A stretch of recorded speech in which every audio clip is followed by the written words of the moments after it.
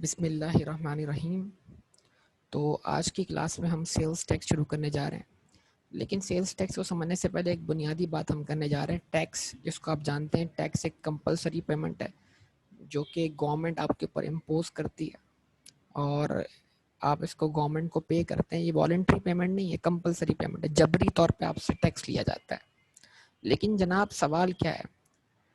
सवाल ये है कि किस चीज़ को बुनियाद, कोई बुनियाद तो होगी ना, जिस चीज़ को बेस बनाकर आपकी आपसे टैक्स वसूल किया जाए। एक पेमेंट आपसे कलेक्ट की जाए और वो पेमेंट कलेक्ट करने की कोई ना कोई रीज़न, कोई ना कोई वजह वजह तो होनी चाहिए ना। यस और नो बताइए आप सब लोग। तो हम कहते हैं वजह। डायरेक्ट टैक्स की अप्रोच क्या है? डायरेक्ट टैक्स अप्रोचेस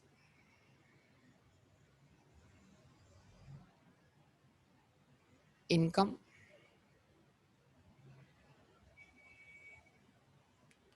ठीक है जी। Approaches, indirect tax approaches income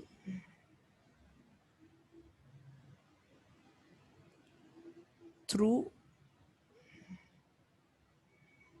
expenditures.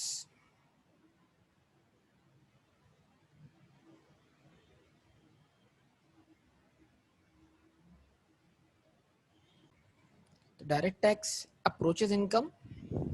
Direct tax जो है वो अप्रोच करता है आपकी इनकम, सीधे सीधा मतलब यानी कि आपकी इनकम को वजह बनाकर आपसे टैक्स लिया जा रहा है। और इनडायरेक्ट टैक्स में कहता है आपकी इनकम को अप्रोच कर रहे हैं, इनकम का नाम नहीं ले रहे, आपकी इनकम को अप्रोच कर रहे हैं थ्रू योर एक्सपेंडिचर्स। खर्चों को बेस बनाकर आपसे टैक्स लिया जा रहा है। अब दोनों बातें समझ लेते हैं जरा क्या है तफसील से। देखिए, नंबर 1,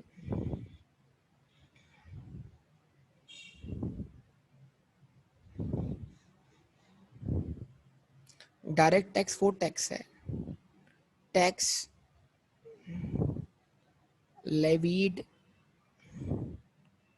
on income। वो टैक्स जो आपकी इनकम पे इम्पोज किया जाए, ठीक है।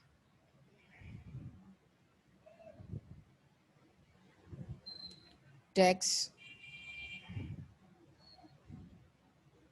levied on expenditure।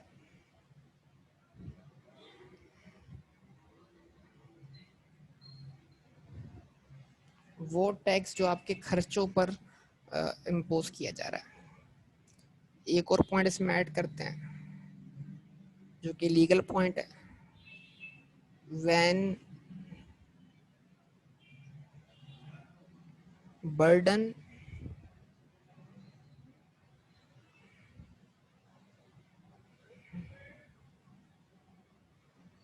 and incident of tax is on same person।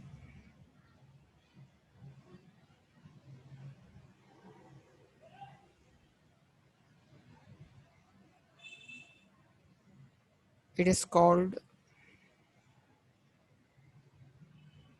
direct tax।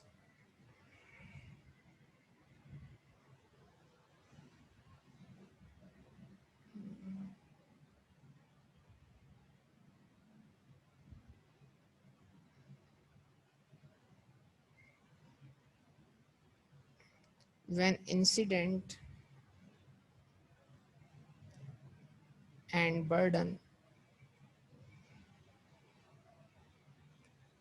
is on separate person,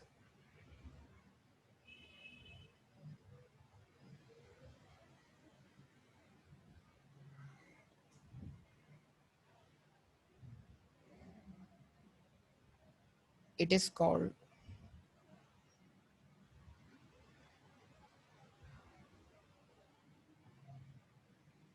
indirect tax।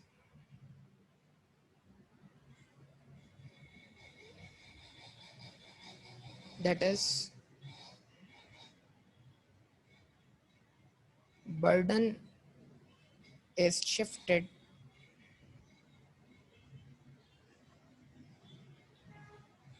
from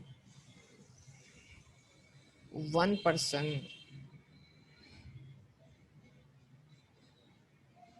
to another.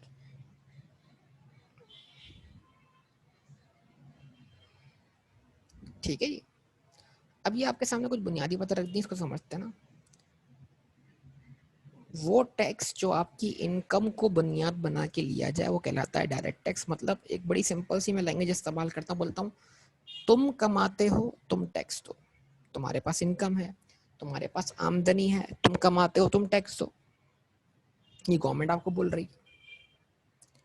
अब इसको इनडायरेक्ट टैक्स क्यों बोलते हैं, जरा इसकी अप्रोच समझिएगा।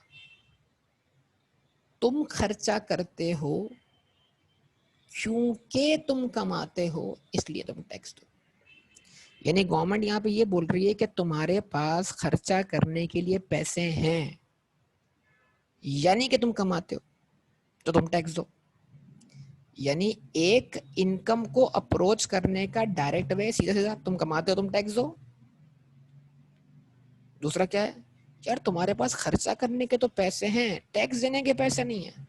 इसका मतलब ये है कि तुम खर्चा करते हो यानी कि तुम कमाते हो तुम टैक्स दो। तो इनडायरेक्ट टैक्स जो है वो इकोनॉमी के अंदर हर एक फर्द तक पहुंचने का क्या रास्ता है। अगर कोई शख्स अपनी इनकम डिक्लेयर नहीं करता तो वो इनडायरेक्ट टैक्स के जरिए, मतलब इनडायरेक्ट टैक्स से बच नहीं सकता। क्योंकि जब भी वो खर्चा करने जाएगा, जो चीज वो परचेज करेगा, अगर वो सब्जेक्ट टू टैक्स है तो उस पर टैक्स एप्लीकेबल हो जाएगा, वो टैक्स देगा उस चीज के ऊपर। तो हम इसलिए बोल रहे हैं कि जो इनडायरेक्ट टैक्सेस हैं वो इनडायरेक्ट वे हैं टू अप्रोच योर इनकम। जो इनडायरेक्ट टैक्सेस हैं वो इनडायरेक्ट वे हैं to approach your income. Tax levied on expenditure, ये चीज ध्यान में रखिएगा लाजमी सब लोग, ठीक है। अच्छा, अब ये एक टेक्निकल डेफिनेशन है, क्या है, when burden and incident of tax is on same person it is called direct tax। जब टैक्स का इंसिडेंट यानी आपको टैक्स पे करता हुआ कौन दिखाई दे रहा है, ठीक है। नंबर 2, एंड बर्डन यानी कि उस टैक्स का जो बोझ है वो किसकी जेब पे पड़ रहा है। मतलब अगर आप बिजनेस इनकम अर्न करते हैं, तो अगर आपने कमाए हैं फॉर एग्जांपल 8 लाख रुपए प्रॉफिट कमा लिया है, तो उस 8 लाख पे अगर आप टैक्स वर्कआउट करेंगे तो 8 लाख प्रॉफिट आपकी जेब में था, उस 8 लाख में से निकाल कर आपने क्या कर दिया, टैक्स पे कर दिया, और उस 8 लाख टैक्स पे करने से आपकी प्रॉफिट में क्या आ गई, कमी आ गई, और आपका प्रॉफिट आफ्टर टैक्स ही आपकी जेब में बचा। तो मतलब क्या हुआ, टैक्स भी आप खुद पे कर रहे हो और उसका बोझ भी आपको खुद उठाना पड़ रहा है, उसका बोझ आप किसी और पे नहीं डाल सकते हो। एक और एग्जांपल लेते हैं, सैलरी। सैलरी अगर एक शख्स कमाता है 12 लाख रुपए फॉर एग्जांपल, तो उसकी 12 लाख सैलरी पर आप टैक्स वर्कआउट कर लो, अब वो सैलरी टैक्स कट के मिलेगी, ऐसा ही है ना। तो अगर उसको पूरी सैलरी दे दी जाए तब भी उसकी जेब में 12 लाख आएंगे, लेकिन उसमें से उसको टैक्स पे करना पड़ेगा, तो जो अमाउंट हो जाएगा वो ऑटोमेटिक नेट हो जाएगा। तो होता यह है कि टैक्स सैलरी जो है वो टैक्स कटने के बाद मिलती है, तो इसका मतलब ये हुआ कि वो उसी की सैलरी में से टैक्स काट लिया गया है और एफबीआर को पे कर दिया गया है। तो उस सैलरी के ऊपर जो टैक्स कटा है उसका बर्डन जो है वो उसके जिम्मे है, जो क्या कर रहा है, इनकम अर्न कर रहा है, ठीक है। तो हम बोलते हैं when burden and incident of tax is on same person it is called direct tax. Clear बेटा बात यहाँ तक सब लोगों को। लेकिन हम इनडायरेक्ट टैक्स में क्या बोलते हैं, when incident and burden is on separate person it is called indirect tax, that is burden is shifted from one person to another. क्या मतलब, जरा ऐसा समझिएगा।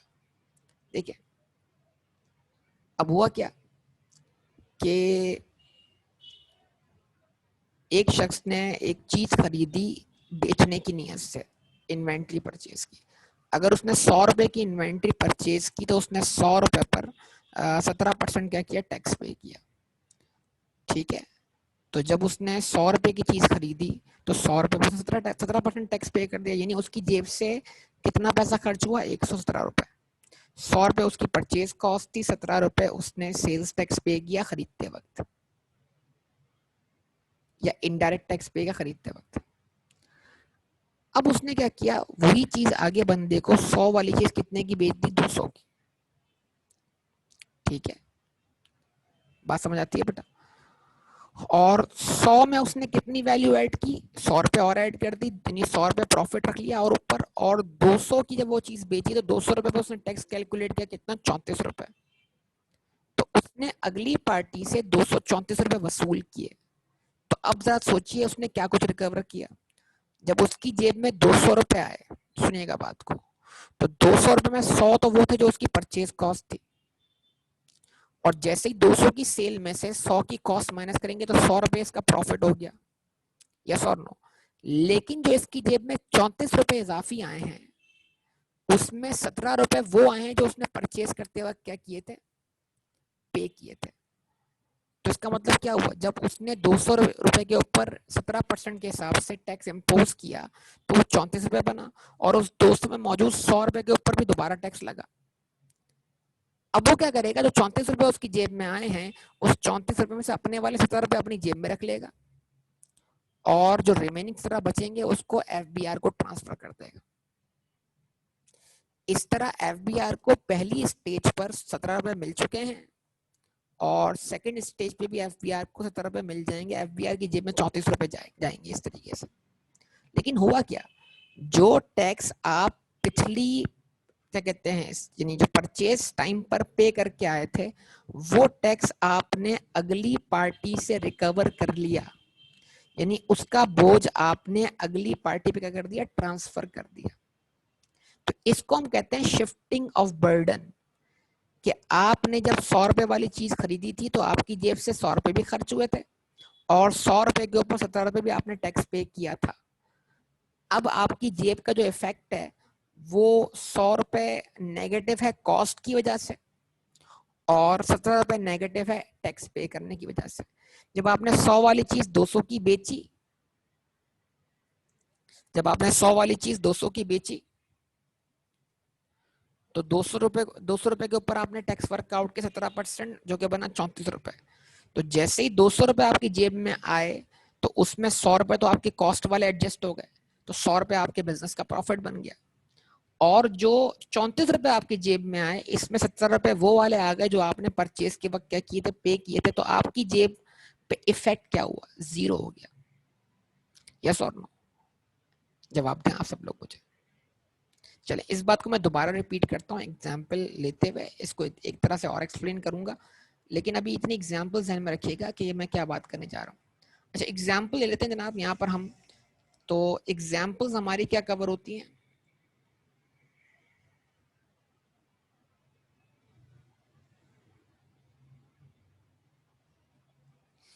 एग्जाम्पल हमारी क्या कवर होती है,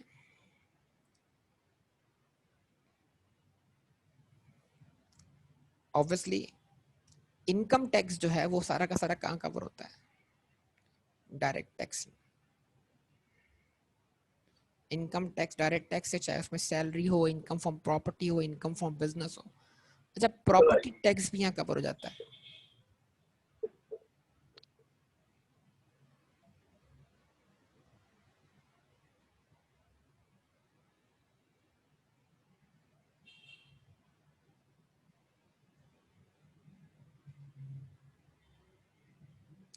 प्रॉपर्टी टैक्स प्रॉपर्टी रखने की वजह से, वो भी डायरेक्ट टैक्स, ठीक है।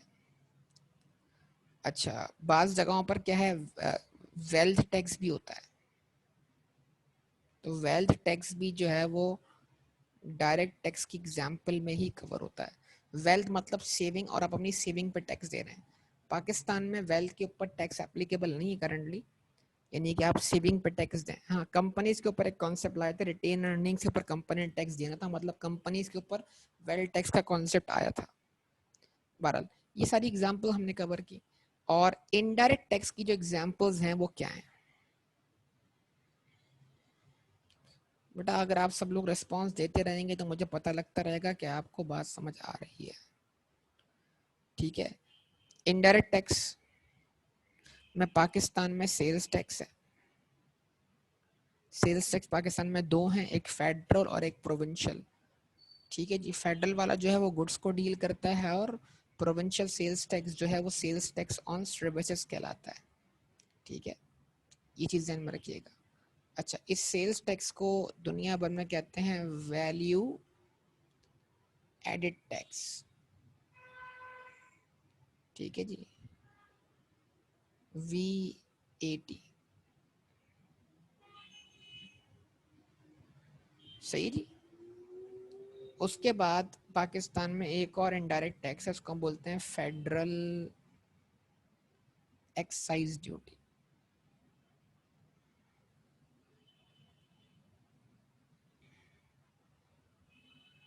ठीक है, जो ये आपके सामने एग्जाम्पल दे दी मैंने, अब आइए जल्दी से, मैंने कहा ये थोड़ा बैकग्राउंड आपका बन जाए, थ्योरेटिकली आपको चीज़ें रिकॉल हो जाए। इकोनॉमिक्स में से आपने पढ़ी हैं सारी बातें, लेकिन फिर भी दफ़ा रिकॉल हो जाए। चलिए अब दोबारा आते हैं अपने एग्जाम्पल की तरफ, ठीक है।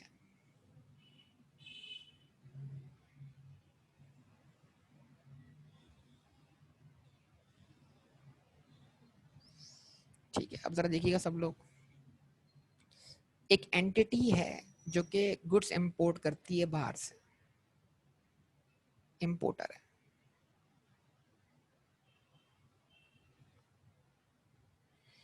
इसने बाहर से चीज इंपोर्ट की। जब इंपोर्ट की तो जाहिर सी बात है बाहर से चीज आ रही है, जिस मुल्क से आ रही है उस मुल्क का मामला अलग है, उस मुल्क का जो भी टैक्स वगैरह लग कर आ रहा हो या ना लगा हो तो भी कोई इशू नहीं है, वो हमारे मुल्क में उसका कोई काम नहीं है, वो ऑब्वियसली आपकी इंपोर्ट कॉस्ट का पार्ट बन जाना है, क्योंकि उसका पाकिस्तान से कोई ताल्लुक नहीं है, वो खर्चा अगर आपकी जेब से हुआ तो आपकी इंपोर्ट कॉस्ट का पार्ट है। लेकिन जैसे ही गुड्स आपकी कस्टम पे पहुंचेंगी और कस्टम आपसे उन गुड्स पर पाकिस्तान के लॉ के हिसाब से क्या करेगा, टैक्स कलेक्ट करेगा, ठीक है। तो सबसे पहली चीज है कि इंपोर्टर दो किस्म के होते हैं, एक सिर्फ इंपोर्टर होता है और एक कमर्शियल इंपोर्टर होता है, ये बात भी दिमाग में रख लें। कमर्शियल इंपोर्टर कौन होता है, जो गुड्स जैसी बाहर से खरीदता है वैसी आगे बेच देता है, मतलब वो एक तरीके से फिनिश गुड्स खरीद रहा होता है, इस तरह भी समझ सकते हैं, वो मैन्युफैक्चरर नहीं होता। यानी कि अगर एक शख्स बाहर से रॉ मटेरियल परचेज करता है और रॉ मटेरियल परचेज करके उसको प्रोसेस करके फिर आगे बेचेगा तो उसको हम इंपोर्टर कहेंगे। लेकिन ऐसा शख्स जो बाहर से बनी बनाई चीज, मतलब बाहर से कोई भी चीज मंगवाए और आगे बेच दे विदाउट एनी प्रोसेस, तो ऐसे शख्स को हम कहते हैं कमर्शियल इंपोर्टर। अब इन दोनों में क्या फर्क है, इस फर्क को आगे डिस्कस करेंगे, लेकिन इसका मतलब क्या है, सेल्स टैक्स में इंपोर्टर्स की दो टाइप्स आपने जहन में रखनी है, एक सिर्फ इंपोर्टर है, दूसरा दूसरा कौन है, कमर्शियल इंपोर्टर। तो अभी कमर्शियल इंपोर्टर की मैं बात डिस्कस नहीं करूंगा, वो आगे चल के डिस्कस करेंगे, अभी आप सिर्फ इंपोर्टर पे फोकस करें। तो आगे चल के जरूर इस डिफरेंस को, कि भाई क्या डिफरेंस है इन दोनों में और टैक्सेशन में क्या फर्क पड़ेगा, इन तमाम बातों को हम डील करेंगे आगे चल के। लेकिन फिल वक्त इंपोर्टर फर्स्ट कर लें बेटा, इंपोर्टर ने गुड्स परचेज की इंपोर्ट स्टेज पर, ठीक है, ये इसके लिए क्या है, इसने बिजनेस में खरीदी आगे बेचने के लिए, ये इसकी होगी परचेजेस। तो मान लेते हैं इंपोर्टर ने 100 रुपए की परचेजेस की है, 100 रुपए, इसको 100 मिलियन बोल दो, 100 रुपए बोल दो, कोई इशू नहीं है। और लेकिन इस 100 रुपए के ऊपर जो है वो टैक्स कलेक्ट किया है किसने, कस्टम डिपार्टमेंट ने। तो इसकी जेब से 100 प्लस 17 यानी कि 117 रुपए क्या हुए हैं, खर्च हो गए। तो अब जो इसने अपनी परचेज कॉस्ट के अलावा 17 रुपए पे किए हैं, वो 17 रुपए क्या है, सेल्स टैक्स है। तो ये इस एंट्री में क्या कर देगा, सेल्स टैक्स डेबिट कर देगा 17 रुपए से, ठीक है। इस 17 रुपए को हम एक नाम देंगे लॉ में, वो नाम क्या है,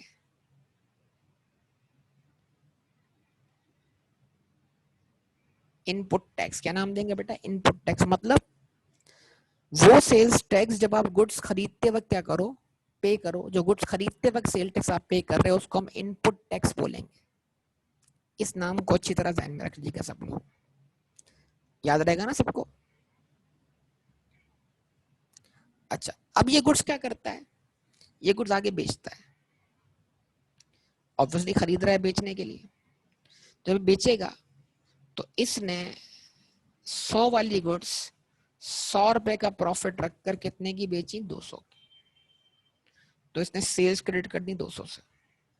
लेकिन अब क्योंकि ये सेल्स टैक्स इसके ऊपर एप्लीकेबल है, तो इसको अपने कस्टमर से गुड्स की कीमत भी कलेक्ट करनी है और उस पे सेल्स टैक्स भी कलेक्ट करना है। तो 200 का 17% क्या बनेगा? 34। तो 200 प्लस 234, 200 प्लस 34 क्या हो जाएगा? सम 234। ठीक है, इसका मतलब क्या हुआ? इसकी जेब में कितना कैश इनफ्लो हुआ? इसकी जेब में कितना कैश इनफ्लो हुआ? 234 का। और जो 34 रुपए इसकी जेब में इजाफी आया वो क्या था? वो सेल्स टैक्स था। तो इसने सेल्स टैक्स क्रेडिट कर दिया, कितने से? 34। और जो इसने गुड्स बेचते वक्त सेल्स टैक्स चार्ज किया है, इसको हम नाम देंगे आउटपुट टैक्स का। यानी इसका मतलब क्या हुआ? सेल्स टैक्स अब आपके सामने फिल वक्त दो किस्म के हो गए। एक सेल्स टैक्स वो है जो गुड्स खरीदते वक्त आप पे कर रहे होंगे, ये सेम पर्सन है ना। और एक सेल्स टैक्स वो है जो आप गुड्स बेचते वक्त क्या कर रहे होंगे? पे कर रहे हो। ऐसा ही है, जवाब दें। सब लोगों से बात कर रहा हूं। तो एक आउटपुट टैक्स हो गया और एक इनपुट टैक्स हो गया। ठीक है, यानी अगर हम सेल्स टैक्स के लिहाज से सोचें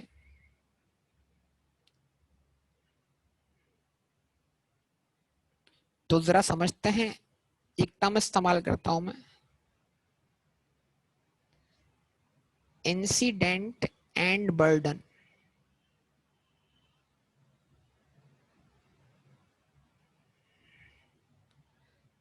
कि जब इसने गुड्स परचेज की थी तो इसने इंपोर्ट स्टेज पे 17 रुपए टैक्स दिया था।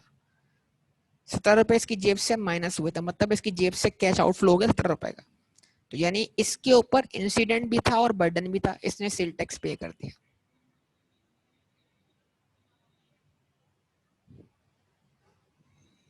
या इसको बर्डन बोल सकते हैं वैसे, ठीक है ना, मतलब इसकी जेब पे बर्डन था। अच्छा, ये कब था? इनपुट टैक्स के वक्त।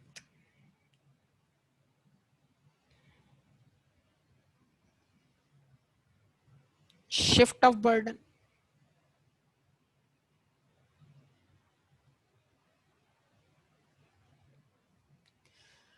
बर्डन शिफ्ट हो गया कैसे? जब उसने 34 रुपए सेल टैक्स चार्ज किया, 17 रुपए इसकी जेब पे इफेक्ट माइनस में था, 34 रुपए इसकी जेब में क्या हो गया? प्लस हो गए। तो इसका मतलब क्या हुआ?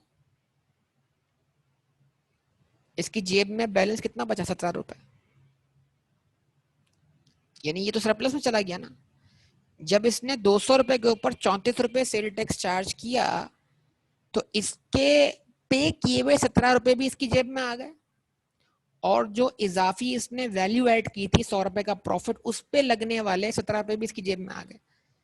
तो जो वैल्यू इसने ऐड की है इस 100 में 200 रुपए, इस 200 रुपए में 100 तो इसके अपने पे किए हुए हैं, तो उस पे जो सेल टैक्स एफबीआर को मिल चुका था पिछली स्टेज पर, और इसने पे किया, इसने अपने कस्टमर से रिकवर कर लिया वो इस 34 रुपए के अंदर। तो अब सवाल है कि इसने कितनी वैल्यू ऐड की? 100 रुपए से और ऐड की। उस 100 रुपए के ऊपर बनने वाला 17 रुपए जो सेल टैक्स है ना, वो इसके ऊपर लायबिलिटी है कि वो पे कर दे किसको? एफबीआर को।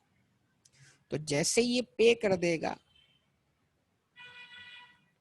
पेड टू एफबीआर, जैसे एफबीआर को पे कर देगा तो इसकी जेब का इफेक्ट क्या हो जाएगा? जीरो हो जाएगा।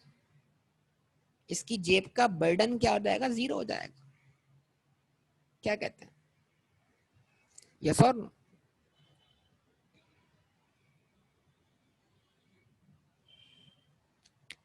ऐसा है।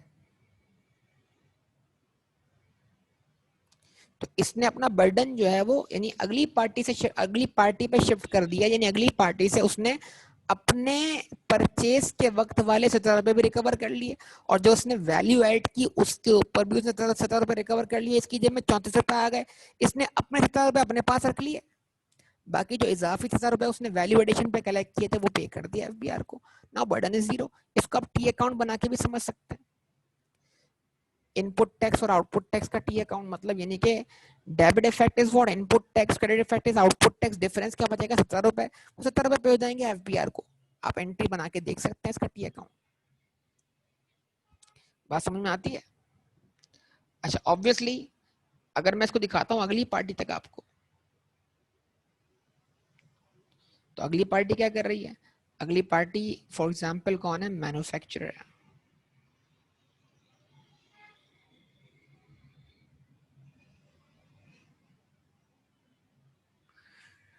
ठीक है, तो अगर अगली पार्टी मैन्युफैक्चरर है तो मैन्युफैक्चरर जो है वो इन गुड्स को परचेज कर रहा है, वो रॉ मटेरियल परचेज डेबिट कर लेगा।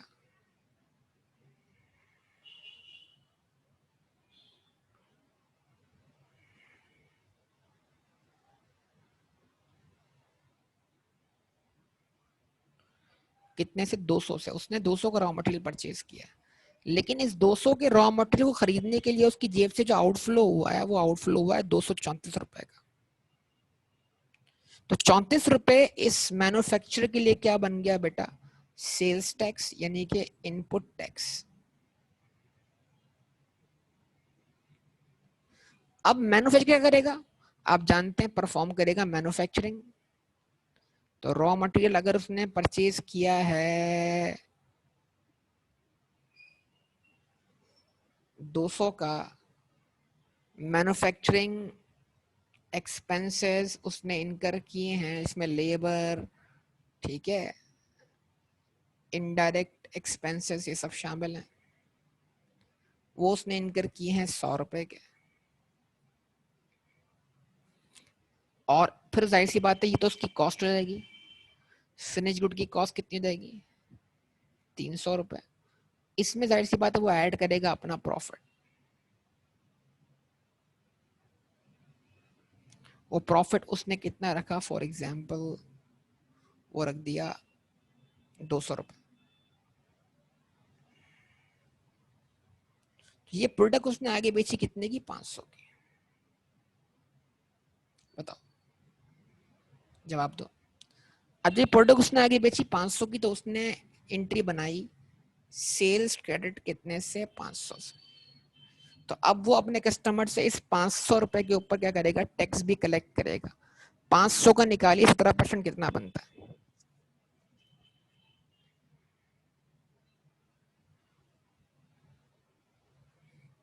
बताइए 500 का 17% कितना बनता है?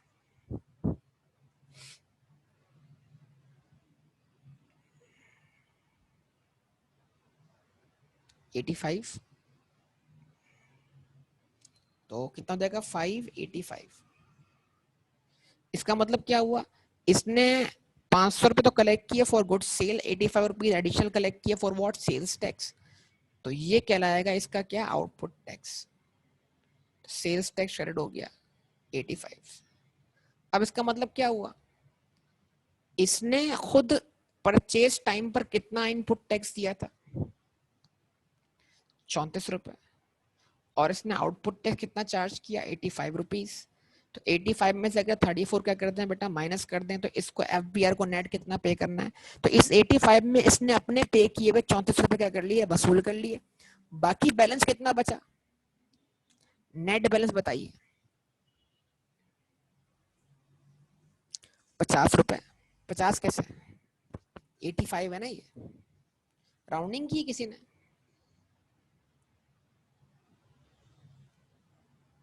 ये 84 है 85 है?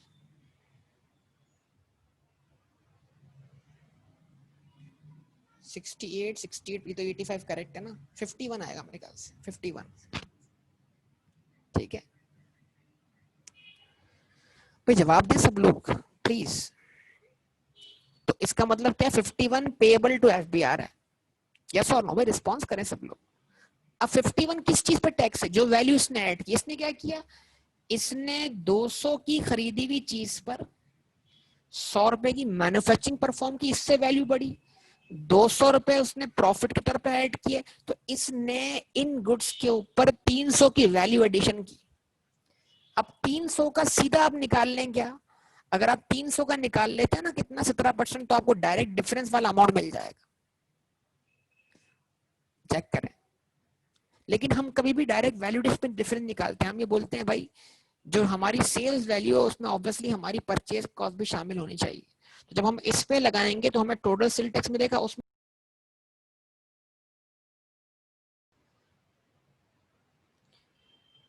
जब हम 500 पे सेल टैक्स लगाएंगे तो हमें टोटल आउटपुट टैक्स मिलेगा। इसमें से हम क्या करेंगे, अपनी परचेज पे लगा हुआ इनपुट टैक्स क्या कर देंगे, लेस कर देंगे। इसका मतलब क्या है, सेल्स टैक्स बेसिकली जो है वो इनपुट और आउटपुट टैक्स एडजस्टमेंट का नाम। ये बेसिक सेल टैक्स आपके सामने है कि आप गुड्स बेचते वक्त सेल्स टैक्स चार्ज करें और जो गुड्स खरीदते वक्त वाला सेल टैक्स वो क्या करते हैं, उसमें से लेस करते हैं, दैट्स ऑल। तो basically what is sales tax? Sales tax जो है वो अगर हम बात करें कि जो चीज आप बेच रहे हैं ऑब्वियसली वो किसी का एक्सपेंडिचर है। अब आप बोलेंगे सर आपने कहा था तो टैक्स तो ना एक्सपेंडिचर है। याद रखिएगा इसमें बेचने वाले की एक्टिविटी टैक्स नहीं हो रही हमेशा। सेल्स टैक्स में खरीदने वाले की एक्टिविटी टैक्स हो रही है। और अगर खरीदने वाला अपना बर्डन किसी और पे शिफ्ट कर सकता है तो वो शिफ्ट कर दे आगे गुड्स बेचकर। लेकिन बिल आखिर जब कहानी पहुंचेगी किस तक बेटा, एंड कंज्यूमर तक, तो जाहिर सी बात है एंड कंज्यूमर तो उस गुड्स को कंज्यूम करेगा ना। वो तो इस पोजीशन में ही नहीं होगा कि अपना बर्डन किसी और पार्टी पे क्या कर सके, शिफ्ट कर सके। Please response response. तो ये बुनियादी बात मैंने सेल्स टैक्स के हवाले से आपके सामने रख दी है। भाई जवाब दीजिए, आप सबके जवाब का वेट कर रहा हूँ।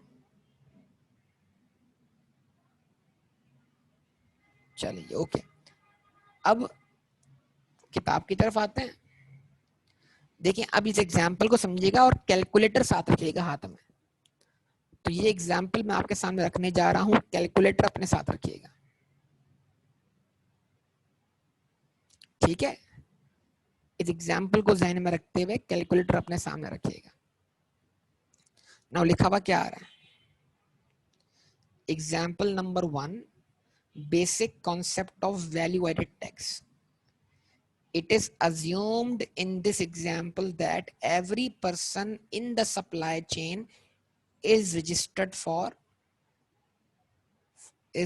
person for the sales tax purpose. Supply chain क्या होती है, ये जो भी इंपोर्टर से लेकर जो रिटेलर होता है ना, रिटेलर मतलब इंपोर्टर, फिर मैन्युफैक्चरर, फिर डीलर, डिस्ट्रीब्यूटर जो भी कहें, फिर आप होलसेलर कहें, फिर आप क्या कहें, रिटेलर कहें। तो ये इंपोर्टर से लेकर रिटेलर तक जितने भी लोग एक प्रोडक्ट की सेल में इन्वॉल्व हैं ये कहलाते हैं सप्लाई चेन। तो इस एग्जाम्पल की सबसे पहली एजम्पशन ये है कि सप्लाई चेन में हर एक बंदा सेल्स टैक्स पर्पस के लिए रजिस्टर्ड है, यानी वो गुड्स बेचते वक्त सेल्स टैक्स चार्ज करता है और जिससे खरीदता है अगर वो भी रजिस्टर्ड है तो उसने उस गुड्स खरीदते वक्त उसको सेल टैक्स पे किया होगा। यस और नो? यानी वो खुद गुड्स बेचते वक्त सेल टैक्स चार्ज करेगा और जब पिछली पार्टी रजिस्टर्ड होगी सेल टैक्स पर्पस के लिए, उसने उससे सेल टैक्स चार्ज किया होगा तो वो उसका खरीदने वाले का क्या बन जाएगा, इनपुट टैक्स बन जाएगा। ये बुनियादी बात है, आपको अच्छी तरह जहन में रखने की जरूरत है। अच्छा अब देखते हैं, आगे बढ़ते हैं, ठीक है। अब ये देखो, special procedures for commercial importers and retailers are not considered for this example. इस एग्जाम्पल को समझाते वक्त हम क्या कर रहे हैं, कुछ बातें इग्नोर कर रहे हैं क्योंकि अभी हम बिल्कुल बेसिक पढ़ रहे हैं। एक दफा बेसिक डेवलप हो जाएगी तो फिर हम कमर्शियल इंपोर्टर्स के रूल्स क्या हैं या स्पेशल रिटेलर्स के मामलात क्या हैं या मतलब जो भी केसेस हैं उनको हम अलग से पढ़ लेंगे ताकि हम उनको बाद में फिट कर लें, ठीक है ना बेटा। तो ये आपको समझने की जरूरत है इस चीज को। यहाँ तक बात क्लियर है? तो अब ये टेबल बना हुआ है, इस टेबल को अच्छी तरीके से आपने समझना है। अभी ये एग्जाम्पल है लेकिन वैल्यूज चेंज होंगी। मैंने एंट्री बना के समझा दी, अब आपके लिए टेबल समझना क्या हो गया, आसान हो गया। कैलकुलेटर आपके हाथ में होना चाहिए, कैलकुलेटर आपके हाथ में होना चाहिए। चलिए जी, मैंने भी कैलकुलेटर निकाल लिया अपने पास, ठीक है। अच्छा अब काबिल गौर बात क्या है, इंपोर्टर इंपोर्ट वैल्यू 9200, इंपोर्टर ने इंपोर्ट स्टेज पर 9200 की गुड्स क्या की, परचेज की। तो अगर सिंपल मामला माना जाए तो इंपोर्ट स्टेज पर उसने इस 9200 का 17% क्या दिया, टैक्स दिया। तो इंपोर्टर के लिए 9200 क्या हुई, परचेज हुई। और परचेज करते वक्त जो हम सेल टैक्स देते हैं उसको हम क्या नाम देते हैं, इनपुट टैक्स। और पाकिस्तान की इकोनॉमी के अंदर इस 9200 का इनपुट टैक्स कस्टम के थ्रू एफबीआर तक पहुंच गया। यस और रिस्पॉन्स प्लीज। 9,200 पे बनने वाला टैक्स कस्टम के थ्रू एफबीआर तक पहुंच गया। अब हो क्या रहा है, इंपोर्टर इस पे अपना प्रॉफिट मार्जिन ऐड करेगा। वो 9,200 की चीज को कितने में बेचता जाता है। एक बात और गौर करें, हम सेल्स टैक्स हमेशा चार्ज करते हैं वैल्यू एक्सक्लूसिव सेल टैक्स पर। मैंने जितनी भी एग्जांपल अभी आपको पीछे दी उसमें मैंने सेल्स टैक्स इंक्लूड करके सेल टैक्स नहीं चार्ज किया, ख्याल रखिएगा। हमेशा जो वैल्यू ली जाएगी वो एक्सक्लूसिव सेल टैक्स होगी, ना कि इंक्लूसिव सेल टैक्स। इस बुनियादी बात को ध्यान में रखिएगा। तो 9,200 पर उसने अपना प्रॉफिट कितना रखा, 1,800। तो 9,200 वैल्यू एक्सक्लूसिव सेल टैक्स से परचेज की, उस पर प्रॉफिट मार्जिन कितना ऐड किया, 1,800। तो अब वैल्यू बन गई 11,000। तो 11,000 सेल्स वैल्यू है एक्सक्लूसिव सेल टैक्स। तो हम क्या बोलते हैं भाई, 9,200 हमारी परचेज कॉस्ट थी, उसमें हमने अपना प्रॉफिट मार्जिन 1,800 ऐड किया, सेलिंग प्राइस आ गई 11,000 रुपए। और ये सेलिंग प्राइस जब हमने चार्ज की तो उस पर हमने 17% सेल टैक्स ऐड कर दिया। तो हमने अपने कस्टमर से ना सिर्फ 11,000 गुड्स की प्राइस वसूल की, बल्कि सेल्स टैक्स 1,870 भी वसूल किया। ये 1,870 हमारे लिए क्या बना, आउटपुट टैक्स। इस आउटपुट टैक्स में हमारा पे किया हुआ इनपुट टैक्स हमारी जेब में क्या आ गया, वापस आ गया। और जो डिफरेंस था वो डिफरेंस हमने एफबीआर को पे कर दिया। तो अगर हम क्या करते हैं, 1,870 के आउटपुट टैक्स में से 1,564 का इनपुट टैक्स लेस कर दें तो डिफरेंस बनेगा 306। और वो 306 हमने एफबीआर को डिफरेंस का कर दिया, पे कर दिया। अगली पार्टी जिसने आपकी गुड्स परचेज की हैं 11,000 की, 11,000 उसकी परचेज कॉस्ट है और 1,870 उसके लिए इनपुट टैक्स है। यानी जो एक पार्टी का आउटपुट टैक्स है वो अगली पार्टी का क्या है, इनपुट टैक्स है। इस चीज को समझने की जरूरत है। तो यानी अगली पार्टी ने गुड्स खरीदी 11,000 की, प्लस उसने आपको सेल टैक्स पे किया 1,870 का, तो जो उसके लिए क्या बन गया, इनपुट टैक्स बन गया। अब वो इस 11,000 की गुड्स के साथ क्या करने जा रहे हैं, वो इस 11,000 गुड्स के साथ क्या करने जा रहे हैं कि वो इसको कन्वर्ट करेंगे किसमें, फिनिश गुड में। ये होलसेलर है, होलसेलर है। तो होलसेलर क्या करेगा, अपना प्रॉफिट मार्जिन ऐड कर देगा इसमें। तो 11,000 की चीज होलसेलर ने आगे बेची 11,000 प्लस 600, ये 600 उसका प्रॉफिट है। 11,000 उसकी कॉस्ट थी, 11,600 उसका प्रॉफिट है। उसने 600 का मार्जिन रखा और 11,600 सेलिंग प्राइस बन गए, उस पर चार्ज किया उसने 17% सेल टैक्स। ये 17% सेल टैक्स 1972 जो है वो इसके लिए बन गया आउटपुट टैक्स। इसमें से इसने एडजस्ट कर लिया अपना इनपुट टैक्स, कितना, 1,870। डिफरेंस का आ गया 102। 102 इसने पे कर दिया एफपीआर को। करेक्ट बेटा, जवाब देते जाएं। तो जो गुड्स बेची होलसेलर ऑफ रॉ मटेरियल ने, वो खरीदी किसने, मैन्युफैक्चरर ने। मैन्युफैक्चरर की कॉस्ट क्या है, 11,600 रुपए। मैन्युफैक्चरर ने 11,600 की कॉस्ट पर 9,000 के मैन्युफैक्चरिंग एक्सपेंस इनकर किए। उसने कहा 11,600 मेरा रॉ मटेरियल का परचेज कॉस्ट था, प्लस मैन्युफैक्चरिंग एक्सपेंस, लेबर वगैरह सब मिलाकर कितना खर्चा हुआ, डायरेक्ट मतलब कॉस्ट या इनडायरेक्ट कॉस्ट लगाकर कितना खर्चा हुआ, 9,000 का हो गया। ये कॉस्ट आ गई। अब जो इसने चीज बनाई वो चीज बनाने की कॉस्ट 20,600 रुपए थी। इसमें इसने अपना प्रॉफिट मार्जिन ऐड कर दिया 3,000 रुपए कि भाई चीज बनी तो 20,600 की है, मैं बेचूंगा आगे 23,600 की। जब उसने गुड्स बेची आगे, अब इन गुड्स के होलसेलर को मैन्युफैक्चरर ने चीज खरीदी कितने की, 11,600 की, ऐसा ही है ना। इसने बेची 11,000 प्लस 600 की, तो सेलिंग प्राइस 11,600 हुई, इसकी परचेज कॉस्ट 11,600 हुई। मैन्युफैक्चरिंग एक्सपेंस कितने खर्च हुए, 9,000 के। तो कॉस्ट क्या हो गई, 20,600। उसमें उसने अपना प्रॉफिट ऐड किया, तो अब सेलिंग प्राइस क्या बन गई, यानी मैन्युफैक्चरर अपनी बनाई हुई चीज कितने की बेच रहा है, 23,600 की। 23,600 मल्टीप्लाइड बाय 0.17, 4012 बन गया, 4012 बन गया। 4012 उसने चार्ज किया आउटपुट टैक्स, इसमें से उसने एडजस्ट किया अपना इनपुट टैक्स, कितना 1972।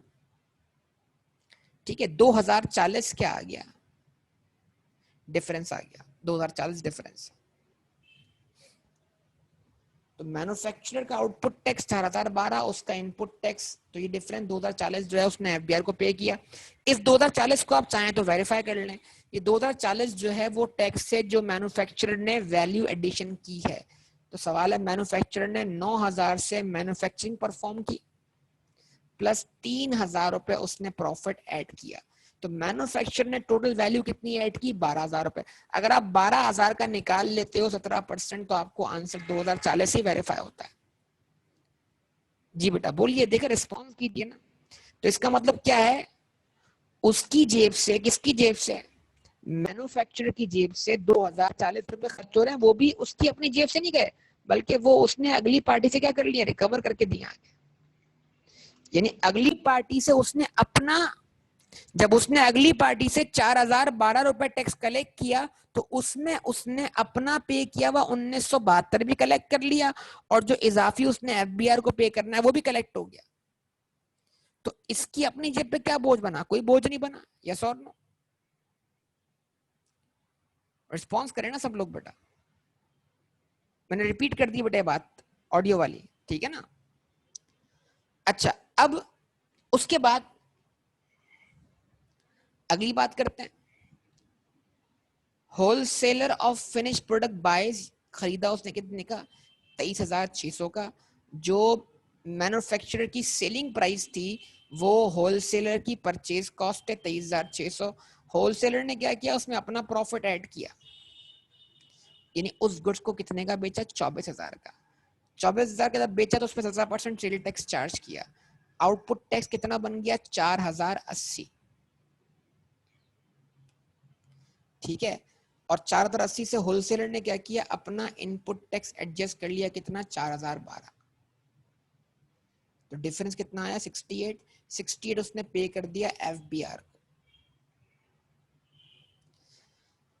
होलसेलर से ये गुड्स किसने परचेज की, 24,000 की, रिटेलर ने। रिटेलर ने अपना प्रॉफिट मार्जिन कितना ऐड किया, 600 रुपए।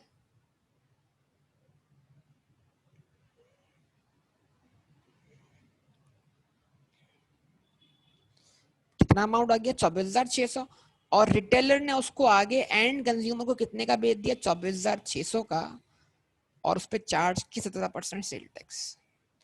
तो सेल टैक्स बना 4,182, और इसमें से रिटेलर ने अपना इनपुट टैक्स 4,080 क्या कर दिया बेटा, एडजस्ट कर दिया। तो डिफरेंस क्या आ गया, 102।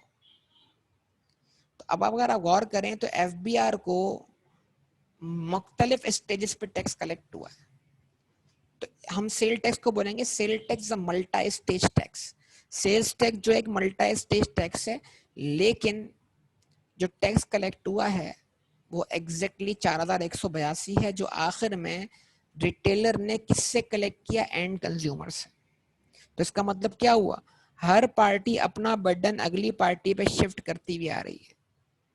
हर पार्टी अपना बर्डन अगली पार्टी पे शिफ्ट करती हुई आ रही है, लेकिन आखिर में ये सारा बोझ किस पे गिर जाना है, एंड कंज्यूमर पे। क्योंकि एंड कंज्यूमर जब गुड्स खरीद रहा है तो वो गुड्स की कीमत 24,600 भी दे रहा है और 4,182 का सेल टैक्स भी दे रहा है। यानी कि वो गुड्स खरीद रहा है कितने की बेटा, 28,782 की। यानी कि अब वो आगे इस सेल्स टैक्स को किसी से रिकवर नहीं कर सकता। तो हकीकत में ये 4,182 किसकी जेब से गए, ये जो एक्टिविटी परफॉर्म कर रहे हैं इनकी जेब से गए, ये जो बिजनेस कर रहे हैं इनकी जेब से गए, या 4,182 उसकी जेब से गए जिसकी जेब से खर्चा हो रहा है, एक्सपेंडिचर हो रहा है। रिस्पॉन्स करें बेटा। अगर मतलब बिल आखिर इसका बर्डन किस पे गया? फाइनल कंज्यूमर पे गया ना। इसका मतलब क्या हुआ? तो इनडायरेक्ट टैक्स किसकी इनकम को अप्रोच कर रहा है? एक्सपेंडिचर करने वाली इनकम को अप्रोच कर रहा है इनडायरेक्टली। तो अगर कोई समझता है कि यार ये लोग सेल टैक्स दे रहे हैं तो ये गलत अप्रोच हो जाएगी। सेल्स टैक्स एंड कंज्यूमर ही दे रहा है, इसका बर्डन जो है, इसका बोझ जो है उसके ऊपर ही आना है। कुछ बात समझ में आती है बेटा यहां तक आप लोग? तो basically what is sales tax? Sales tax is a system that is also known as value added tax. That is what indirectly approaches the income of consumers or a person making expenditure in economy. The burden is shifted from one person to another person by system of input and output tax.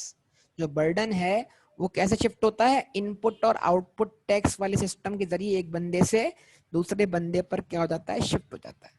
यहां तक कि पूरा burden किसकी जेब में, किसकी जेब पे आ जाता है? एंड कंज्यूमर की जेब पर। और एफबीआर को फाइनली जो टैक्स कलेक्ट हो रहा है वो एग्जैक्टली वही कलेक्ट हो रहा है जो एंड कंज्यूमर बेयर कर रहा है। तो जितनी स्टेजेस पे टैक्स कलेक्ट हुआ है उसका सम उस टैक्स के बराबर आना चाहिए जो एंड कंज्यूमर पे कर रहा है। यस और नो बताइए, रिस्पॉन्स दीजिए।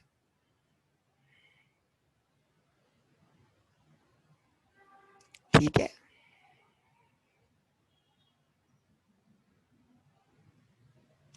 कोई मसला यहाँ तक हो तो बोलिए बेटा।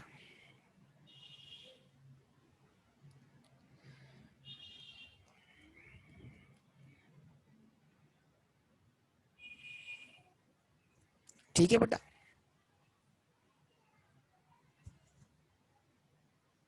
यहाँ तक बात सबको क्लियर हो गई? चलें अब एक काम ये करते हैं, थोड़ा सा आगे लेके चलते हैं। अब ये जरा सोचने वाली बात है, पाकिस्तान का जो हमारा सिस्टम है, इस सिस्टम में रहते हुए लोग इनकम टैक्स पे नहीं करते, तो हर दुकानदार को आप कैसे एग्री कर सकते हो कि भाई वो क्या करे? पाकिस्तान में सेल्स टैक्स पर्पस के लिए क्या होता है? रजिस्टर्ड होता है, यानी वो सेल्स टैक्स भी चार्ज करे और वो चार्ज करके हुकूमत को दे। तो मतलब यहाँ तो हमारे यहाँ होगा, अगर वो रजिस्टर्ड हो भी जाएगा तो, या रजिस्टर्ड नहीं भी होगा तो 2 नंबर तरीके अप्लाई करेगा। मतलब वो सेल टैक्स वो कलेक्ट भी कर लेगा अगले बंदे से और वो अपनी जेब में रख लेगा। ये सबसे बड़ा मसला है हमारे मुल्क का। हमारे मुल्क में सबसे बड़ा मसला है कि जो रजिस्टर्ड है पर्सन सेल टैक्स के लिए, वो अगली एक पार्टी से सेल टैक्स कलेक्ट कर लेते हैं, लेकिन वो डिफरेंस जो है वो एफबीआर तक पहुंचाते नहीं है। फिर ये करप्शन वाला निजाम हमारे यहाँ पर मौजूद है। खैर मैं इसकी बात नहीं करता, इसको ठीक करने की कोशिश की जा रही है। लेकिन जरा समझिएगा कि क्या हम किसी और मुल्क का मॉडल एग्जैक्टली अपने मुल्क में अप्लाई कर सकते हैं? ऐसा नहीं है। ये यूके बेस्ड मॉडल है और यूके में तो ये बार्बर के ऊपर भी एप्लीकेबल है। ठीक है, जो सर्विसेज प्रोवाइड करता है वो आपका, वो क्या करेगा? बाल काटेगा, बाल काटने की सर्विस दी उसने, उसने अपनी इनवॉइस बनाई, उस इनवॉइस पे उसने 10% क्या कर दिया? सेल टैक्स यानी वैल्यू एडेड टैक्स कर दिया, ऐड कर दिया फॉर एग्जांपल।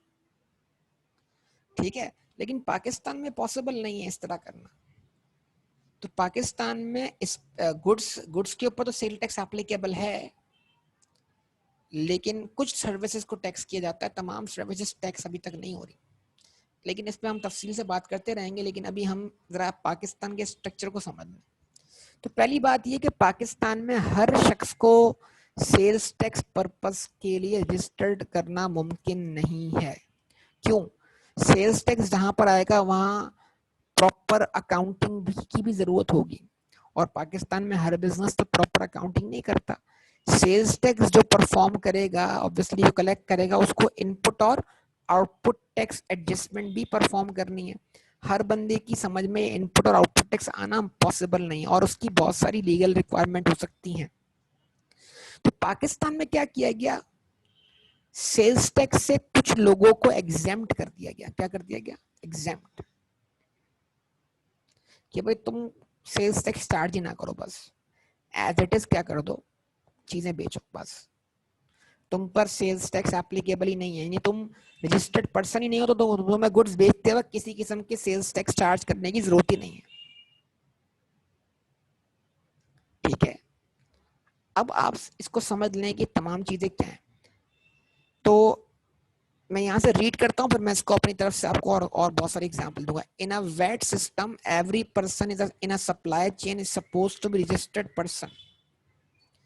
इनपुट और आउटपुट टैक्स एडजस्टमेंट करने के लिए हर शख्स का रजिस्टर्ड होना जरूरी है.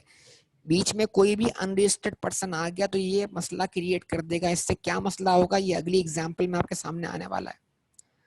But it is very difficult in Pakistan due to certain problems. क्यों भाई? Example, chips manufacturer may be a company, for example Lay's, for which registration, record keeping, input and output tax adjustment are not a big issue. क्योंकि वो ऐसे लोग higher कर सकती है, ऐसे एम्प्लॉय हायर कर सकती है जो सब सिस्टम को जानते हो, और इनपुट और आउटपुट टैक्स एडजस्टमेंट करना कोई बड़ा मसला ही नहीं है उनके लिए. But a chips manufacturer may be an individual running a small bakery, जिसको अब निम्को वाला बोलते हैं, who cannot be expected to comply all such legal requirements. तो यार जब तुम लेस परचेज करते हो तुम सेल टैक्स पे करके आते हो, लेकिन जब तुम निम्को वाले से थैली में पन्नी में पैक हुए हुए चिप्स लेते हो जो तकरीबन लेस की तरह ही दिखते हैं, तो फिर तुम उस पर कोई सेल टैक्स पे नहीं करते हो. ये क्या मसला है? तो कोई तो वजह है ना कि चीज वही मिल रही है, लेकिन अगर बेचने वाला कंपनी है तो सेल टैक्स चार्ज हो रहा है, और अगर बेचने वाला कंपनी नहीं है तो सेल टैक्स चार्ज नहीं हो रहा. क्या ख्याल है बताइए? तो इस चीज को समझने की जरूरत है कि सिस्टम क्या है पाकिस्तान का. Likewise, every retailer in Pakistan is not expected to comply with all legal requirements. गली मोहल्लों के अंदर क्या है, रिटेलर्स बैठे हुए हैं, किस किस को सेल टैक्स समझाओगे कि कैसे आउटपुट टैक्स एडजस्ट होगा, कैसे इनपुट टैक्स, कैसे समझाओगे हर बंदे को? ठीक है. अब ये अगली बात बड़ी गौर से सुननी है जो कि कंक्लूजन है, वो क्या है? Therefore, a structure has been developed in Pakistan whereby two types of exemption have been given. ठीक है. पाकिस्तान में एक स्ट्रक्चर बनाया गया, इसमें दो किस्म की एग्जेम्पशंस दी गई हैं सेल्स टैक्स से माफी. तो यानी आप जब भी किसी प्रोडक्ट पे सेल्स टैक्स चार्ज करने के हवाले से सोचोगे कि क्या मैं इस पे सेल टैक्स चार्ज करूं या ना करूं, तो आप अपने आप को एग्जेम्पशन में तलाश करोगे. और एग्जेम्पशन में कैसे तलाश करोगे? नंबर वन, आप ये सोचोगे कि क्या मैं जो प्रोडक्ट बेच रहा हूं वो एग्जेम्प्ट है, लॉ ने उसको नाम लेके एग्जेम्प्ट किया हुआ है. ठीक है. अगर लॉ ने उस प्रोडक्ट को नाम लेके एग्जेम्प्ट नहीं किया हुआ तो फिर आप एक और ऑप्शन सोचोगे कि क्या मैं कॉटेज इंडस्ट्री की डेफिनेशन में फॉल करता हूं, स्मॉल मैन्युफैक्चरर की डेफिनेशन में फॉल करता हूं. ठीक है. क्या मैं रिटेलर हूं? इस तरह की बात आपने सोचनी है. इस चीज को ध्यान में रखिएगा. तो अब लिखा हुआ क्या आ रहा है, मैं इसकी एग्जांपल देने जा रहा हूं बहुत सारी, तवज्जो से इसको सुनिएगा. Therefore, a structure has been developed in Pakistan whereby two types of exemption have been given as under turnover-based exemption. A small manufacturer termed as cottage industry and retailers. एक पान वाला भी रिटेलर है, एक क्या कहते हैं गली मोहल्ले में केबिन पे सिगरेट बेचने वाला भी क्या है, रिटेलर है. ठीक है. एक छोटी सी दुकान लेकर बच्चों की दुकान लेके बैठने वाला भी क्या, रिटेलर है. तो आमतौर पे ये लोग क्या करते हैं, चीज बेचते वक्त सेल्स टैक्स खुद से कोई चार्ज नहीं करते. ठीक है. कि भाई मैंने इतने की चीज बेची, इस पे 17% सेल टैक्स. नो, इनके पास कोई सिस्टम मौजूद नहीं है. Small manufacture termed as cottage industry and retailers other than specified retailers. कुछ रिटेलर ऐसे होते हैं इनको सेल टैक्स चार्ज करना होता है, उनकी बात बाद में आएगी. Are exempt from registration and they do not charge sales tax on their supply. ठीक है. अब समझना जरा मेरी बात को. क्या डॉन कंपनी पराठा बनाती है? डॉन के पराठे आते हैं?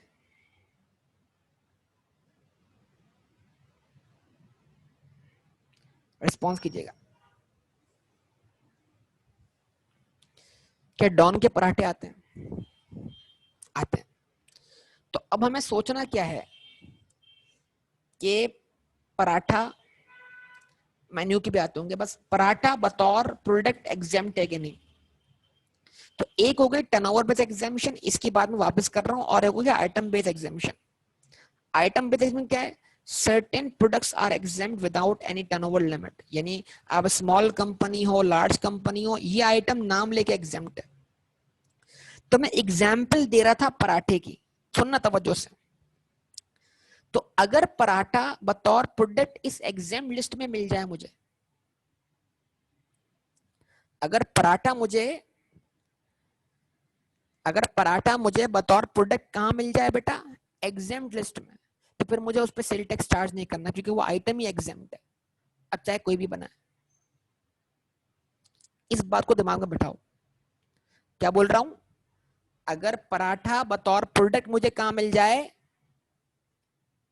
एग्जाम्प्ट लिस्ट में, तो पराठा बतौर प्रोडक्ट ही एग्जाम्प्ट हो गया। उसका बनाने वाला कौन है देखने की जरूरत नहीं है, कोई कंपनी बना रही है, कोई स्मॉल स्केल प्रोड्यूसर बना रहा है। प्लीज तवज्जो से जवाब दें। तो एक प्रोडक्ट जब एग्जाम्प्ट हो गई, जब प्रोडक्ट नाम लेके एग्जाम्प्ट हो गई, तो फिर उस पे सेल्स टैक्स चार्ज नहीं होगा, उसका बनाने वाला देखने की जरूरत नहीं है। लेकिन फर्ज कर लीजिए पराठा इस एग्जाम लिस्ट में नहीं है, तो अब देखना क्या है कि पराठा बना कौन रहा है। अगर पराठा बना रहा है डॉन, डॉन कंपनी पराठा बना रही है, तो जब पराठा बिकेगा तो उस पर सेल टैक्स चार्ज होगा। लेकिन जब खान साहब पराठा बना के बेचेंगे अपने स्टॉल से, तो उस पर कोई सेल टैक्स चार्ज नहीं होगा।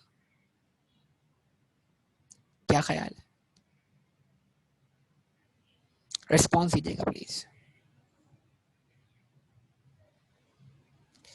यानी अगर पराठा बतौर प्रोडक्ट एग्जेम्प्ट नहीं है, तो फिर मुझे ये देखना है कि पराठा बना कौन रहा है। अगर पराठा बनाने वाला डॉन कंपनी है तो it is subject to sales tax, क्योंकि वो कंपनी है, उसका टर्नओवर बहुत ज्यादा है, वो स्मॉल स्केल प्रोड्यूसर नहीं है, वो लार्ज स्केल प्रोड्यूसर है। यस और नो?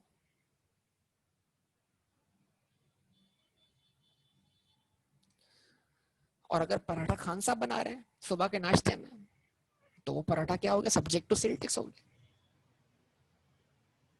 चले, गोश्त खरीदते हैं बेटा, गोश्त चाहे चिकन हो चाहे मटन हो, कभी किसी दुकान वाले ने जो चिकन मटन बेचता हो, उसने आपसे सेल्स टैक्स चार्ज किया?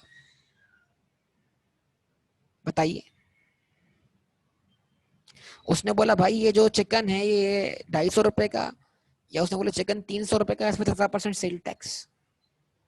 नो, नहीं चार्ज किया।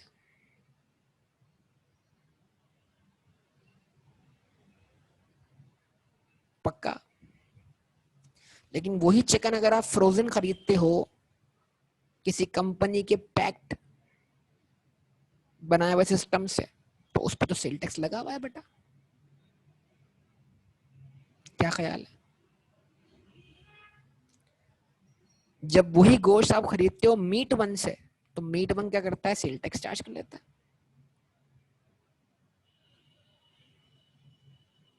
तो इसका मतलब जरा सुनिएगा बात को, गोश्त बतौर प्रोडक्ट तो एग्जेम्प्ट नहीं है, ठीक है, लेकिन अगर उसको बनाने वाला, जाहिर सी बात है ज़िबा करना एक एक्टिविटी है ना, तो उसको बनाने वाला अगर कोई स्मॉल स्केल प्रोड्यूसर है, तो फिर उसका प्रोडक्ट एग्जेम्प्ट हो गया, क्योंकि उसको बेचने वाला एक तरह से क्या है? Cottage industry. उसके बाद लेकिन अगर उसको बनाने वाला कोई लार्ज स्केल प्रोड्यूसर होगा, तो सब्जेक्ट टू क्या हो जाएगा? सेल्स टैक्स हो जाएगा। इस चीज को समझने की बहुत ज्यादा जरूरत है। चलें एक और एग्जांपल लेता हूं मैं। चाय, चाय बतौर प्रोडक्ट एग्जाम नहीं है, यानी चाय सब्जेक्ट टू सेल टैक्स, यानी आइटम के अंदर चाय जो है ना, चाय का नाम कहीं मेंशन नहीं कि वो एग्जाम प्रोडक्ट है, ठीक है। लेकिन आप किसी ढाबे पे चाय पीते हो, तो कभी ढाबे वाले ने बोला भाई 40 रुपए की चाय है प्लस सेल टैक्स?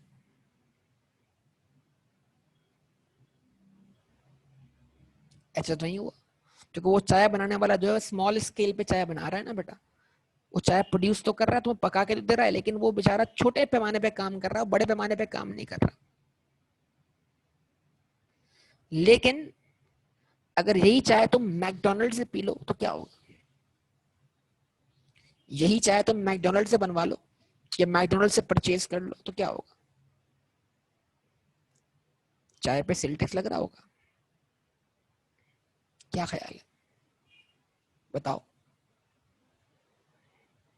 तो इसका मतलब क्या हुआ कि जब प्रोडक्ट एग्जेम्प्ट ना हो, यानी कि उस प्रोडक्ट का नाम एग्जेम्पशन लिस्ट में ना हो, तो फिर हमें यह देखने की जरूरत है कि उसको बना कौन रहा है।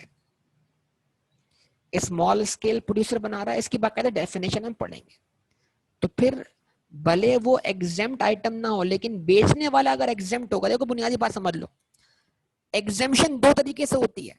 तरीका नंबर 1, एक प्रोडक्ट ही एग्जेम्प्ट है। जब प्रोडक्ट एग्जेम्प्ट है तो पर ये मत देखो बेच कौन रहा है, और जब प्रोडक्ट एग्जेम्प्ट नहीं है, बंदा एग्जेम्प्ट है, तो बंदा एग्जेम्प्ट है तो प्रोडक्ट मत देखो कि क्या बेच रहा है।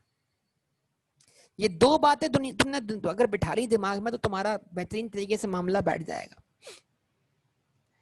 प्रोडक्ट एग्जेम्प्ट हो, बंदा मत देखो, बंदा एग्जेम्प्ट हो तो प्रोडक्ट मत देखो। इन दो तरीकों से क्या हो जाएगी, एग्जेम्पशन सेल टैक्स की आपको समझ आ जाएगी। यानी जो चीज खरीदी और बेची जा रही है वो एग्जेम्प्ट है। नंबर 2, चीज तो एग्जेम्प्ट नहीं है लेकिन बेचने वाला एग्जेम्प्ट है, तो फिर ऑटोमेटिक चीज भी एग्जेम्प्ट हो गई। यानी उस चीज का नाम जो था वो लिस्ट में नहीं था। और बास केस ऐसे भी हैं जो आगे आपके सामने आ रहे हैं, चीज भी एग्जेम्प्ट नहीं है, बेचने वाला भी एग्जेम्प्ट नहीं है, खरीदने वाला एग्जेम्प्ट है कि उससे सेल्स टैक्स चार्ज किया नहीं जा सकता, तब भी वो चीज क्या देगी, एग्जेम्प्ट। मतलब 3 सिनेरियोस बनेंगे इस तरीके से, अच्छी तरीके से दिमाग में बैठिएगा, बिठाइएगा। क्या बताओ, क्या प्रोडक्ट बतौर आइटम एग्जेम्प्ट है, तो फिर ना खरीदने वाला देखना है ना बेचने वाला देखना है। क्या प्रोडक्ट बतौर जो सेलर है, सप्लायर है, उसको मतलब क्या सप्लायर ही एग्जेम्प्ट कर दिया गया है? तो अगर सप्लायर को ही एग्जेम्प्ट कर दिया गया है तो फिर प्रोडक्ट को देखने की जरूरत नहीं। ये दोनों बातें समझ में आ रही हैं बेटा आपको? रिस्पॉन्स दें प्लीज। यानी देखें, बुक्स छोटे पैमाने में बनाई जाती हैं और बुक्स बनाने वाली बड़े बड़े पब्लिशर्स भी होते हैं, लेकिन बुक जब बतौर प्रोडक्ट ही एग्जेम्प्ट है तो फिर बेचने वाला कोई भी हो, हमें देखने की जरूरत ही नहीं कि स्मॉल स्केल है या लार्ज स्केल है। मेडिसिन, फार्मास्यूटिकल प्रोडक्ट एग्जेम्प्ट है, तो फिर देखना नहीं है कि बड़ी कंपनी बना रही है, कोई स्मॉल स्केल पे इसको प्रोड्यूस कर रहा है। वैसे मैन्युफैक्चर फार्मास्यूटिकल कंपनीज जो है वो लार्ज स्केल कंपनीज ही होती हैं, ठीक है। वो कॉटेज इंडस्ट्री में फॉल करना उनका मुश्किल है। अभी बाकायदा ये जो स्मॉल स्केल जो मैन्युफैक्चरर्स हैं, ये जिनको कॉटेज इंडस्ट्री का नाम दिया जा रहा है, ये इसकी डेफिनेशन आपके सामने अभी आने वाली है। तो यहां तक मेरी बात समझ में आई है सब आप सब लोगों? बेटा बोलिए।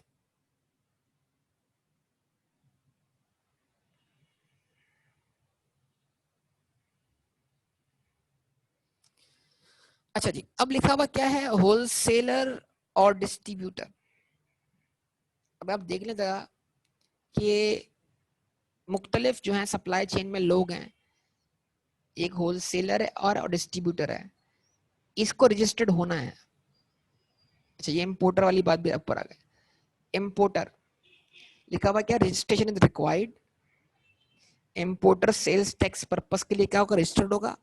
जाहिर सी बात, अगर आप सेल्स टैक्स प्रॉपर रजिस्टर्ड नहीं तो फिर आप गुड्स इंपोर्ट नहीं कर सकते ना, कस्टम से क्लियर कैसे करवाएंगे।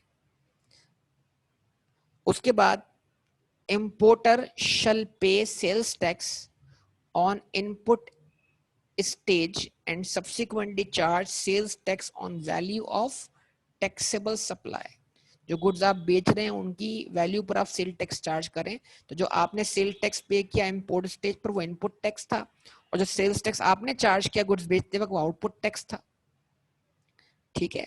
अब लिखा हुआ है, हाउएवर कमर्शियल इंपोर्टर्स शैल पे sales tax as per 12th schedule. अब इंपोर्टर की दो टाइप्स हैं, देख लें कि सिर्फ इंपोर्टर है या कमर्शियल इंपोर्टर है। तो कमर्शियल इंपोर्टर के ऊपर कुछ स्पेशल रूल्स एप्लीकेबल हैं, उनका डिस्कशन अभी आपके सामने आने वाला है, ठीक है। अच्छा, उसके बाद आगे कौन आ गया? होलसेलर। यानी अगर कोई बंदा इंपोर्टर है तो उसको रजिस्टर्ड होना है सेल टैक्स पर्पस के लिए, उसके बगैर वो गुड्स इंपोर्ट नहीं कर सकता। होलसेलर या distributor, registration is required and sales tax shall be charge on the value of taxable supply. ठीक है, होलसेलर और डिस्ट्रीब्यूटर, यानी ये दो लोग एग्जेम्प्ट कब होंगे? यानी ये दोनों लोग बतौर पर्सन एग्जेम्प्ट ही नहीं है। सुनिएगा, मैं जो कीमती बात करने जा रहा हूं, ये दो लोग बतौर पर्सन एग्जेम्प्ट ही नहीं है। इनके ऊपर सेल्स टैक्स की एग्जेम्पशन जब होगी जब इनका प्रोडक्ट जो हो बतौर आइटम एग्जेम्प्ट। अगर आप बाहर से कोई आइटम इंपोर्ट करते हैं जो कि एग्जेम्प्ट है, तो फिर जाहिर सी बात है फिर इंपोर्टर को इंपोर्ट स्टेज पर सेल टैक्स पे नहीं करना। तो मतलब होलसेलर और डिस्ट्रीब्यूटर की बतौर पर्सन कोई एग्जेम्पशन नहीं है। इनके ऊपर एग्जेम्पशन जब भी आएगी जब इनका बेचा हुआ या खरीदा हुआ आइटम क्या हो, एग्जेम्प्ट हो। अच्छी तरह इन बातों को ज़हन में फिट कीजिएगा, बड़ी इंपॉर्टेंट बातें कर रहा हूं। उसके बाद रिटेलर। रिटेलर में जो टियर 1 के अंदर रिटेलर आते हैं, जिनको हम स्पेसिफाइड रिटेलर कहते हैं, ये कौन होते हैं भाई? थोड़ा आइडिया दे दूं आपको। ये जो एयर कंडीशन शॉपिंग मॉल्स में क्या करते हैं, ऑपरेट करते हैं। इनके पास आप देखते हैं एक सिस्टम लगा होता है जो स्कैन करता है इनवॉइसेस को, बाकायदा इनवॉइस इशू करते हैं। तो इनके लिए इनपुट और आउटपुट टैक्स एडजस्ट करना कोई मसले वाली बात नहीं है। अच्छा, या फिर ये क्या है, किसी भी आउटलेट की, यानी किसी भी ब्रांड की, चाहे वो पाकिस्तान हो या इंटरनेशनल ब्रांड हो, उसका चेन ऑफ आउटलेट है, भले ये किसी एयर कंडीशन मॉल से बाहर ऑपरेट करता हो। ठीक है ना, ये पूरी डेफिनेशन आगे चल के पढ़नी है हमने। तो ऐसे रिटेलर्स या जो कहां पर ऑपरेट करते हो, एयर कंडीशन शॉपिंग मॉल्स में, या वो चेन ऑफ आउटलेट्स हो किसकी, नेशनल या इंटरनेशनल ब्रांड्स की, तो इन दो सूरतों में वो टियर 1 रिटेलर्स कहलाएंगे और they are subject to registration and subject they are required to charge sales tax. लेकिन अगर कोई शख्स इस टियर 1 की डेफिनेशन में फॉल नहीं करता, वो आम रिटेलर है, तो फिर उसको रजिस्टर्ड नहीं होना, वो सेल टैक्स भी चार्ज नहीं करेगा। मैन्युफैक्चरर, मैन्युफैक्चर को दो हिस्सों में तोड़ दिया गया, cottage industry small scale, other than cottage industry large scale. तो अगर कोई मैन्युफैक्चरर, खान साहब फॉर एग्जांपल, खान साहब को मैंने क्या बोला, कॉटेज इंडस्ट्री बोला। खान साहब पराठा बना रहे हैं क्योंकि वो कॉटेज इंडस्ट्री की डेफिनेशन में शामिल हैं, इसलिए वो एग्जेम्प्ट है। तो खान साहब का प्रोडक्ट एग्जेम्प्ट नहीं है, खान साहब कॉटेज इंडस्ट्री होने की वजह से एग्जेम्प्ट है, लिहाजा ऑटोमेटिकली उनका प्रोडक्ट भी एग्जेम्प्ट हो गया। लेकिन पराठा जब डॉन कंपनी बना रही थी तो डॉन कंपनी को कोई एग्जेम्पशन नहीं मिली क्योंकि डॉन कंपनी कॉटेज इंडस्ट्री की डेफिनेशन में फॉल नहीं कर रही, तो लिहाजा पराठा डॉन कंपनी जब बेचेगी तो सब्जेक्ट टू सेल टैक्स होगा। तो other than cottage industry, registration is required and sales tax shall be charged on value of taxable supplies। ठीक है, मैकडोनल्ड ढाबे की चाय, जवाब दें। कंपनी की बनाई हुई सिगरेट, बीड़ी, बीड़ी जो कहीं पे छोटे मोटे इलाकों में बन रही है, तो मतलब क्या हुआ? इन चीजों को अच्छी तरह समझ लें बेटा कि एक चीज जो है वो बड़े लेवल पे बनाई जा रही है और एक चीज स्मॉल स्केल पे बनाई जा रही है। ठीक है, नेस्ले का जूस खरीदेंगे सब्जेक्ट टू सेल्स टैक्स होगा, गली मोहल्ले जूस वाले से जूस खरीदेंगे सब्जेक्ट टू सेल टैक्स नहीं होगा। तो इसका जूस, जूस एग्जाम्प्ट नहीं है। अगर जूस को बनाने वाला एग्जाम्प्ट है तो एग्जाम्प्ट, और अगर बनाने वाला जूस को एग्जाम्प्ट नहीं है तो टैक्सेबल। अच्छी तरह बात समझ लें। नेस्ले का जूस पिया, सेल टैक्स भी दे दिया। गली मोहल्ले से जूस पिया, सेल टैक्स कोई चार्ज नहीं हुआ आपके ऊपर। बिल्कुल बेसिक एग्जांपल समझा रहा हूं जिससे आपकी अंडरस्टैंडिंग बन जाए कि पाकिस्तान का सेल्स टैक्स का स्ट्रक्चर क्या है। अब सवाल यह है कि कोई भी शख्स कॉटेज इंडस्ट्री कब कहलाएगा? Cottage industry means a manufacturing concern which fulfills each of the following condition। पहले डेफिनेशन बड़ी शॉर्ट थी लेकिन अब ये बढ़ा दी गई डेफिनेशन।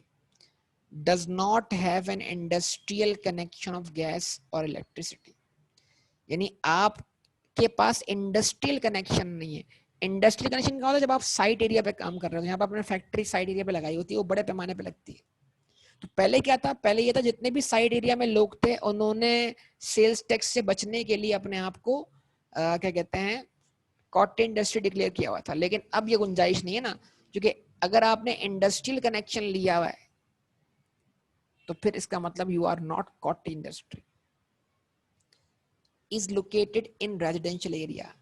आपने गली मोहल्ला में कोई कारखाना बनाया हुआ है, छोटे पैमाने पे आप काम कर रहे हैं, आप शहर से बाहर जो इंडस्ट्रियल एरिया वहां पे नहीं है। अगर आप वहां पर हैं तो आप कॉटेज इंडस्ट्री नहीं है, पर आप मैन्युफैक्चरिंग कंसर्न है, मतलब आप जो है वो अदर देन कॉटेज इंडस्ट्री कहलाएंगे। Does not have total labour force more than 10 workers.